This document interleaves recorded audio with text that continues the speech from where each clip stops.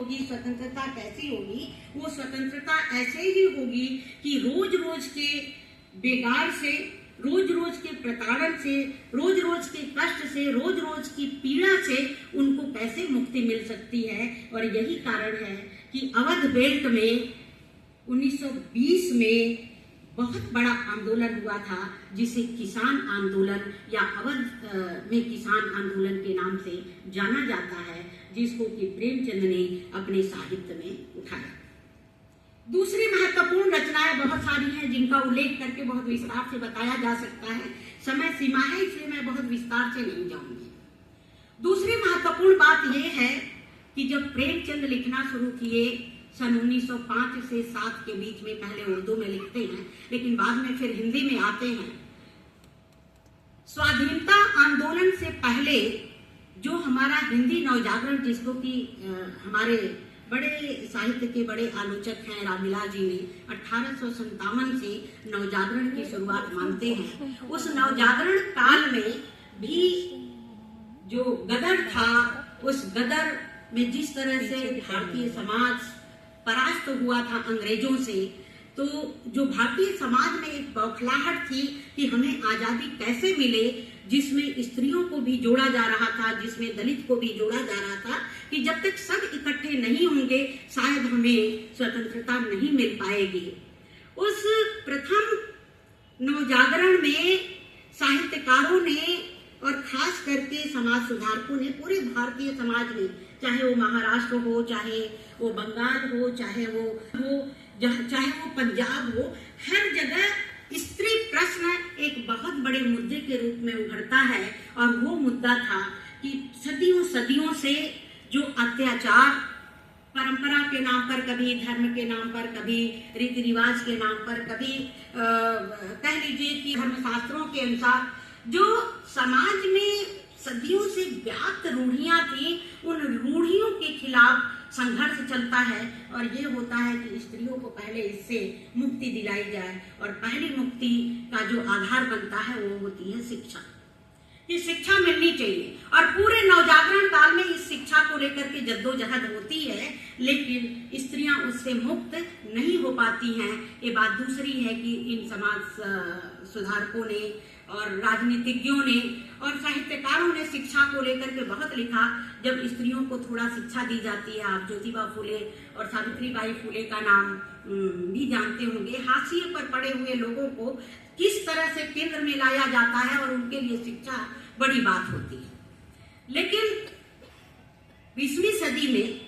जब बाबा साहब भीमराव अंबेडकर भी आ जाते हैं और एक तरफ से सामाजिक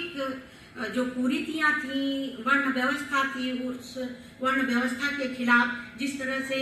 आंदोलन चलने लगता है, तो दलित प्रश्न भी वहां पर उठता है स्त्री प्रश्न के साथ साथ। और इतना ही नहीं, मुझे हिंदी के बड़े आलोचक याद आते हैं, उन्होंने कहा कि नवजागरण में तो स्त्रियों की सुधार की बातें होती थी, उनके कर्तव्य सिखाए जाते थे, लेकिन स्वाधीनता आंदोलन के दौरान 20वीं शताब्दी के 2 दशकों में जो आंदोलन हुआ, वो आंदोलन स्त्रियों के आंखों से देखा हुआ आंदोलन था। और सबसे बड़ी चीज थी कि उन्हें अपने कर्तव्यों के साथ अपने अधिकारों की बात की जाने लगी थी कि वास्तव में स्त्रियों के क्या अधिकार होंगे। और पाश्चात्य में भी ये बात चल रही थी, 1905 से ही शुरू हो गया था कि राजनीति में उनके अधिकार को मिलना चाहिए। और नेहरू परिवार की कई स्त्रियों ने, चाहे उमा नेहरू हो, चाहे रामेश्वरी नेहरू हो, कई स्त्रियों ने जा करके बाकायदा इस पर एक आंदोलन छेड़ती हैं। और हिंदी साहित्य के विद्यार्थी जानते होंगे कि स्त्री दर्पण पत्रिका 1919 से 14 से निकलना शुरू होती है, और उसमें उन्होंने स्त्रियों की जो जरूरत है, उनके जो अधिकार है, उनकी बात कर रहे थे। ये दौर प्रेमचंद का भी दौर था। तो प्रेमचंद भी यहाँ पर आकर के बाल विवाह की समस्या को, अनमेल विवाह की समस्या को, अनमेल विवाह से उत्पन्न होने वाली सामाजिक बुराइयों को उन्होंने, चाहे सेवा सदन हो, वेश्यावृत्ति को सेवा सदन में, निर्मला में, यहाँ तक कि गबन तक आते आते उन्होंने स्त्री जीवन की समस्या को लेकर के आते हैं। आप देखेंगे, एक पाश्चात्य लेखिका है जिसको नारीवादी लेखिका के रूप में जाना जाता है और कहा जाता है कि सिमोन द बोवा वो लिखती है एक जगह कि स्त्री पैदा नहीं होती है बल्कि उसे बनाया जाता है इसी समाज में। हम कहते हैं कि पाश्चात्य में इन्होंने सिमोन द बोवा ने शुरू किया, लेकिन मित्रों अगर आप गबन को पढ़ेंगे, गबन में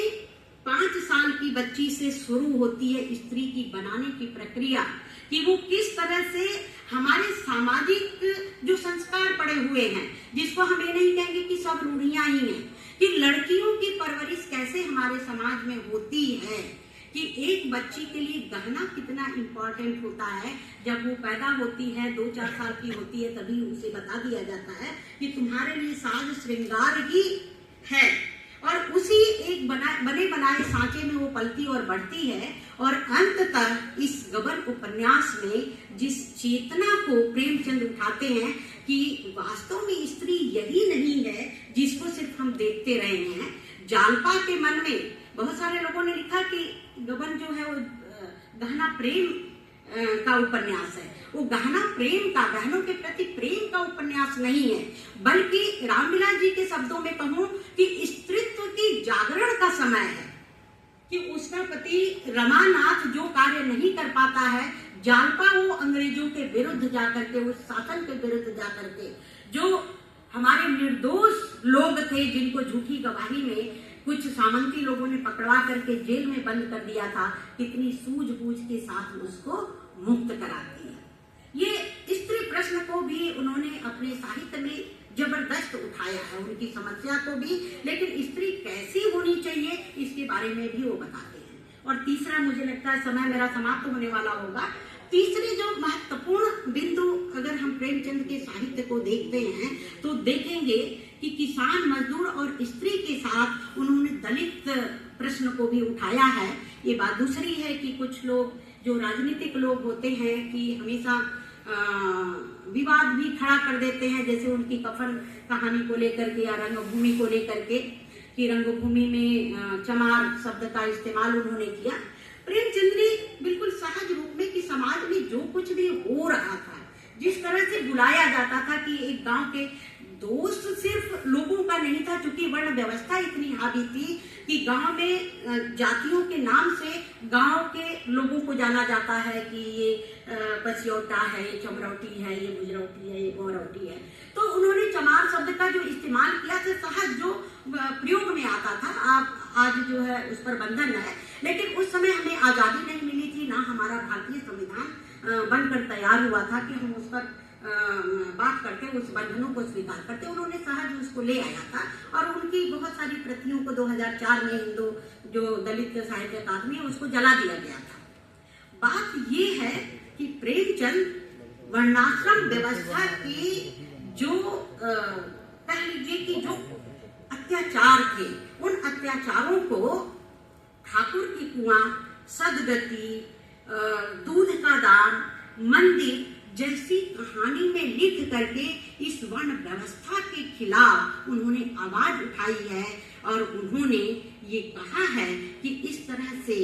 वर्ण व्यवस्था रहेगी तो हमारे बीच में इस तरह का विभाजन रहेगा।